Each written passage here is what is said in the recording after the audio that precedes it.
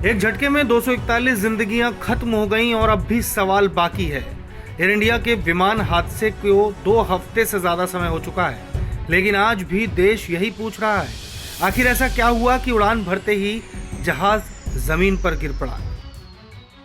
इस भीषण दुर्घटना में 242 यात्रियों में से सिर्फ एक व्यक्ति ही बच पाया, बाकी सभी की मौत हो गई। अब जांच में ऐसे संकेत मिल रहे हैं जो इस हादसे को तकनीकी फेलियर की तरफ मोड़ रहे हैं। खासकर इंजन और बिजली आपूर्ति से जुड़ी गंभीर बातें सामने आ रही हैं। जांचकर्ताओं और एयर इंडिया के पायलटों ने हादसे की परिस्थितियों को सिम्युलेटर में दोहराया। उन्होंने देखा कि अगर लैंडिंग गियर बाहर हो और विंग फ्लैप्स बंद हों तो क्या विमान गिर सकता है, लेकिन सिम्युलेटर में सामने आया कि सिर्फ इन कारणों से प्लेन क्रैश नहीं करता।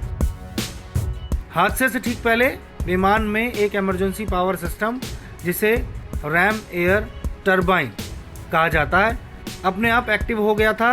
ये सिस्टम तभी चालू होता है जब दोनों इंजन फेल हो जाते हैं, यानी ये एक बड़ा संकेत है कि प्लेन में पावर सप्लाई पूरी तरह बंद हो चुकी थी। अगर दोनों इंजन बंद हो गए थे तो सवाल उठता है क्यों और कैसे।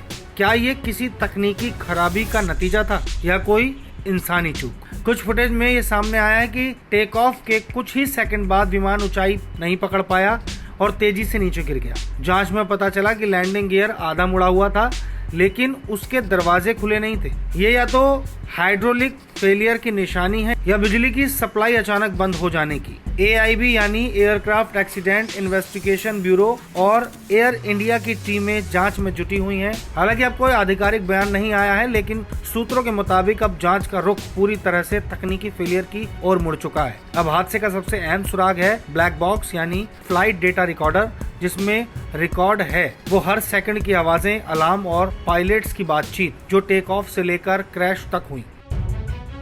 इसी से पता चलेगा कि इंजन कब बंद हुआ और पायलट ने क्या कोशिश की थी बचने के लिए। 241 जानें चली गईं, अब सिर्फ सवाल बचे हैं और जवाब तलाशे जा रहे हैं। उम्मीद है कि सच्चाई जल्द सामने आएगी ताकि ऐसे हादसे फिर दोबारा दोहराए न जाएं। आप इस हादसे के बारे में क्या सोचते हैं? क्या ये टाला जा सकता था? नीचे कमेंट में अपनी राय जरूर साझा करें। वीडियो को लाइक करें, शेयर करें और चैनल को सब्सक्राइब करें।